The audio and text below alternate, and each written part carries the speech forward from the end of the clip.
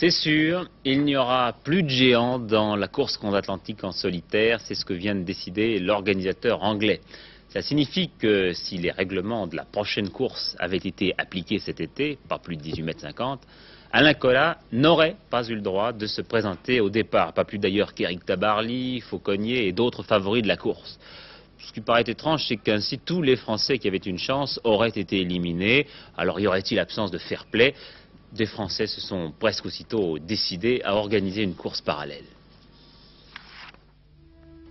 Décision raisonnable peut-être, mais l'intérêt principal de la Transat, c'était justement d'être une course à part, un peu folle.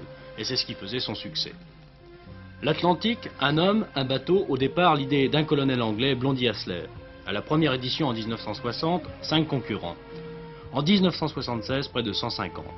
La simplicité du règlement de cette course lui avait amené le succès populaire, ce que n'ont jamais connu d'autres épreuves de voile. Moins de 18,50 m en 1980, ça vous intéresse, Alain Colas? Pas beaucoup. Moi, ce qui me passionne, c'est les gros bateaux, parce que ça représente un engagement physique, un engagement sportif très important, et puis aussi parce que c'est la voie du progrès. Se brider à l'intérieur d'une règle, bon ben c'est ce qu'on fait volontiers dans le yachting traditionnel, dans les 1001 courses qu'il y a de par le monde au cours du programme de l'année. Cette épreuve-là était l'unique occasion de développer des prototypes. On la supprime. C'est un peu comme si dans le sport automobile, on supprimait la Formule 1 en 24 heures du Mans.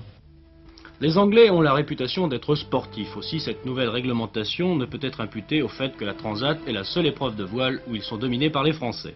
Le trop grand nombre peut-être, mais dans l'édition 76, les 2 navigateurs disparus en mer étaient 2 marins confirmés.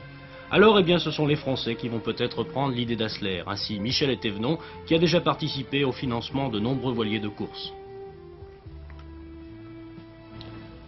Depuis 6 mois, des organismes m'avaient demandé de me pencher sur l'organisation d'une grande course française et j'hésitais beaucoup à passer de l'autre côté.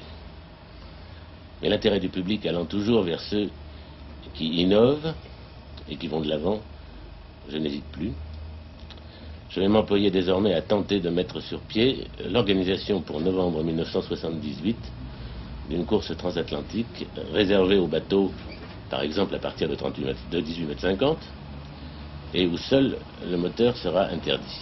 Elle partira de France. Elle partira de France, mais nos amis britanniques y seront bien entendu les bienvenus. Dans la Transat anglaise de 1980, la compétition sera sans doute moins inégale, plus d'excès. Les bateaux seront très proches les uns des autres, moins nombreux au départ. Mais est-ce suffisant? Cette année, en juin dernier, ce n'est pas le plus gros qui a gagné, c'est Éric Tabarly, avec les 20 mètres de Penwick 6. Et le deuxième n'était autre qu'un modeste trimaran de 9,75 m, la largeur du 4-mâts d'Alain Colas. La mer égalise souvent les chances et dans une épreuve en solitaire comme la Transat, elle fait la différence.